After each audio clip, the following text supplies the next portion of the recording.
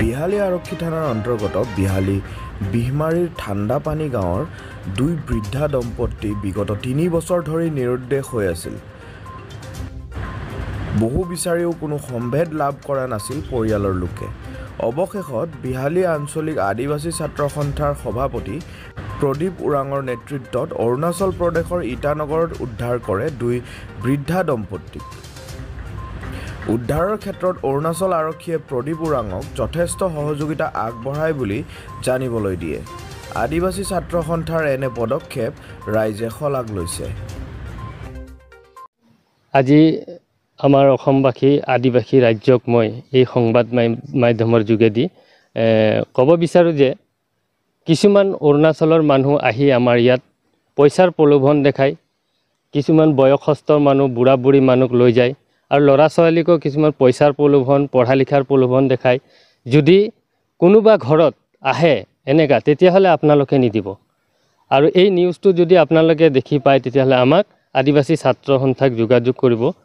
আমি আপোনালোকৰ কেনেকৈ কি ব্যৱস্থা কৰিব লাগে আমি কৰিম। আৰু মই সদৌ অসম আদিবাসী ছাত্ৰ সন্থা হৈ পেলাই আপোনালোকক অনুৰোধ কৰিছোঁ, আপোনালোকে য'তে যাব কাম কৰিবলৈ, কিন্তু অৰুণাচল নাযাব বুলি মই আপোনালোকক অনুৰোধ জনাইছোঁ। ধন্যবাদ। আমাক মানে ঘৰৰ পৰা মানে পৰশুৰামে আমাক কৈছে যে মানে এইটো চুমু আছে, বেছি দূৰ নহয়, একেদিনত মানে অহা যোৱা কৰিব পাৰিব। সেইটোৰ কাৰণে আমি ওলাইছে ৰামঘাট ওপৰ বুলি কৈছিলে। তাৰ পৰা গৈ কিনে আমাক কি কৰিলে, এইটো ওপৰ বৰমায়ত নায় বাইদেউ তাত মানে লৈ কিনে পঞ্চাই দিছে। তে পৰশুৰামটো ৰাতি হৈ গ'ল, তেতিয়া মানে আহি গ'লে। তাৰপিছত কি কৰিলে, ফজৰটো পিছদিনা মানে নায় বাইদেউ আমাক লৈ গৈছে ইটানগৰ টাউনত। আমি কৈছে এইটো মানে বেছি দূৰ হৈছে, এইটো ইয়াতে কৈছিলে কামটো নাই, মালিকটো মানে সেইটো টাউনতহে আছে। মালিকটো টাউনত আছে, তাতেহে মানে গৈ কিনে মালিকটো লগ পাব। তাৰপিছত ইটানগৰত গৈ কিনে টাউনত তাতে মানে 1-2 ঘণ্টা পিছত মানে মালিকটো আহিলে। আহি কিনে আমি কৈছে এডভান্স টকাটো অলপ লাগিব, 10,000 টকাটো এই নায় বাইদেউটো সেই ল'লে।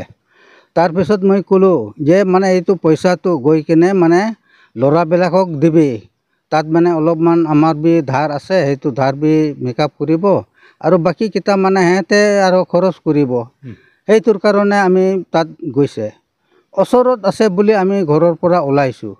তাৰ পৰা গৈ কিনে ক'ত গৈছে, একদম ভিতৰ, ইমান ভিতৰত গৈ কিনে আমিতো নাই জানে ভিতৰত লৈছে বুলি, আমিতো অখৰা নাই জানে, কেনেকুৱা আমি ক'ব পাৰিম। আৰু এই কৈছে নাই সেইখিনিতে আছে, হ'লে গ'লে মানে হৈ যাব। আৰু গৈ গৈ গৈ গৈ একদম ৰাতি, বহুত ৰাতি আমি সিহঁতৰ ঘৰত, আমি মালিকৰ ঘৰতো আমি গৈ পাইছে। তাত গৈ কিনে এক ৰাতি থাকিলোঁ। কৈছে যে মানে ইয়াতে থাকিবি, মালিকটো ঘৰত নাই থাকে, মালিকটো মানে আকৌ টাউনত আহি যাব, তাত বুঢ়ীটো থাকিব। বুঢ়ীটো এনেকুৱা যে মানে কামটো আমাক বাতাই দিয়ে, একদম কামটো কৰিবি, কামটো নাই মিছ কৰিবি। কাম কৰোঁতে আমাৰ কি হৈ গ'ল, পিছত একদম বেমাৰ আহিলে। বেমাৰ হ'লে বি মানে ক'ব কাম কৰিবি। তাৰপিছত 1 বছৰ আমি কৰিলোঁ। কৰি কিনে মালিকক আহিলে, মালিকক ক'ম যে মালিক আমিতো এতিয়া নাই পাৰিব, আমি যাম। কি যাবি, থাকিবি, কি হৈছে সেইটোৰ কাৰণে যাবি? নাই পাৰিছে আৰু এতিয়া বুঢ়া হৈ গ'লোঁ, নাই পাৰিব, এতিয়া যাম। পইচা পাতিবি নাই দে। পিছত ক'ব কি লাঠি লাগিব নেকি, তেনেকুৱা কয়, লাঠি লাগিব। মালিকটোৰ নাম কি আছে? পাপু নিউজ চেনেললৈ ধন্যবাদ জ্ঞাপন কৰিছোঁ।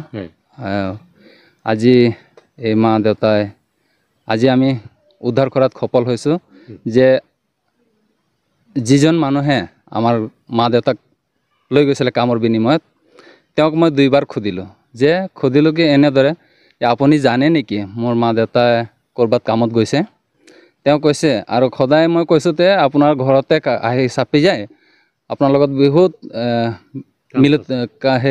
মিলজুল কৰি থাকে মানে কথা বতৰা খুব মিলে এহঁতৰ তেতিয়া সেই আশা এটা ৰাখিলোঁ মই যে এওঁ নিশ্চয় জানে তো তেতিয়া তেওঁক সোধোঁতে তেওঁ কি কৈছে মই তোমাৰ মা দেউতাৰ বিষয়লৈ মই নাজানো একোৱেই নাজানো বুলি ক'লে তেওঁ মই দুইবাৰ সুধিলোঁ তেওঁ দুইবাৰ সোধোঁতে তেওঁ কৈছে দুইবাৰ এই একেটাই জবাব দিছে মই তোমাৰ মা বাবাৰ বিষয়লৈ একোৱেই নাজানো এতিয়া মই মনে মনে ভাবি চিন্তি মনতে ৰাখিলোঁ মানে সেই কথাটো মইতো গুণগানক শুনিব পাইছোঁ যে এওঁৱে তোমাৰ দেউতাক লৈ গৈছে মা দেউতাক এওঁ যে আজি কৈ আছে বোলে মই নাজানো বোলো তো মই জাজ কৰি চালোঁ মানে কথাটো সত্য কিমান আৰু অসত্য কিমান সেই কথাটো জাজ কৰি যাওঁতে মই উপায় নাপায় লাষ্টত গুণগানকে খবৰটো শুনি মই ছাত্ৰ সন্থাৰ আচাৰ জৰিয়তে কাষ চাপি তেওঁ আচাৰ সহায়টো ল'লোঁ আৰু আচাৰ সহায় লোৱাৰ বিনিময়ত আজি আমাৰ